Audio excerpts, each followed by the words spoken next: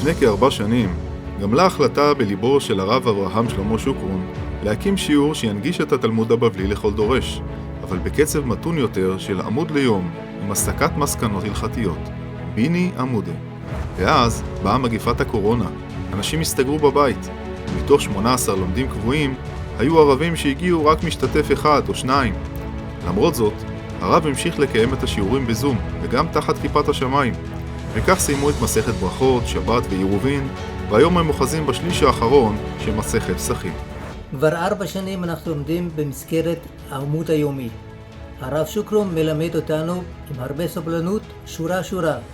בסוף אנחנו עוברים גם על ההלכה. אין ספק שהשיעור הזה פתח לי סופית את העולם של התלמוד. ביני עמודה זכה לברכתם של גדולי ישראל, הראשון לציון הרב יצחק יוסף, והרב חיים דרוקמן זצ"ל, הרב שלמה אבינר, הרב דב ליאור, ורבנים נוספים ששיבחו והיללו את המיזם. הרב שוקרון חלם להפיץ את מפעל לימוד העמוד היומי לכלל ישראל, ממש כמו הדף היומי. הוא המשיך להעביר את השיעור הקבוע עמוד אחר עמוד, מתוך תקווה שיום יבוא וחלומו יתגשם. וא' בחשוון השנה הוגשם החלום, ומפעל דירשו פתח במיזם חדש של לימוד העמוד היומי בש"ס, והרעיון של הרב שוקרון פרס כנפיים.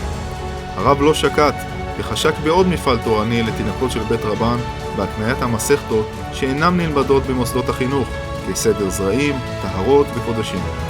ובחודש ניסן תשפ"ג הרב הקים בחצר ביתו חוג חדש בשם עתה ייתנו לילדי כיתות ד' עד ז', ומספר התלמידים הולך וגדל. הילד זוכה ללמוד משניות, ברוך השם, והוא חוזר שמח עם תורת חיים, ואנחנו רואים את הילד זורח, ברוך השם, בחסדי השם עם המשניות שהוא למד אצל הרב. הלימוד מפרה את התלמידים במושגי היסוד של כל הש"ס, ובעזרת השם עד כיתה ח' רוב הש"ס, אם לא כולו, יהיה מונחל ומושרש בליבם מתוך עומק ועיון המשניות. הילד הולך בכיף, בחוויה, בהרגשה נפלאה למשניות, הוא ממש רץ למשנה. זה ממש כמו קורבן תמיד, דבר יום ביומו, הוא לא מפסיד, הוא לא מפספס, חוזר עם ידע מאוד מאוד נרחב במשנה, עם מושגים ופשטים, ברורים, מאוד כיף לו, מאוד זורם לו, מאוד רץ לו. השאיפה היא למסד שיעורים דומים בכל יישובי גוש טלמונים, כך שמאות ילדים יעסקו בלימוד תורה לבניין נפשם ולהגנה רוחנית על האומה כולה.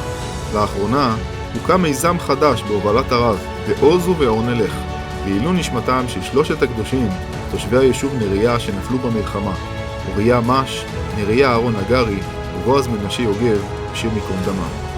המיזם עלה מדרישת ציבור המתפללים והקהילה החדשה שהולכת ונבנית בנאות נריה, להקים שיעור הלכה יומית בין מנחה לערבית כחצי שעה בכל יום, מתוך שורשי הש"ס ועד ההלכות הפסוקות של גדולי האחרונים. שמח לבוא לשיעור של הרב שוקרון, וגם אם אני לא מצליח להגיע לשיעור, אז אני שם פה טלפון ואני שומע את השיעור של הרב, וברוך השם אנחנו שמחים שהרב מלמד אותנו הלכות ושולחן ערוך. הרב אברהם שלמה מקדיש את רוב יומו למען הצלחת 3 המפעלים הברוכים, וזאת בנוסף לעבודתו כמלמד בתלמוד תורה מזה כ20 שנה. אני קורא לכם להיות שותפים למפעלים החשובים ולהיות מנושא הארון, ובתרומה חודשית, איש כנדבת ליבו, לסייע למפעלים הללו להמשיך לגדול ולצמוח, להגדיל תורה ולהאדירה.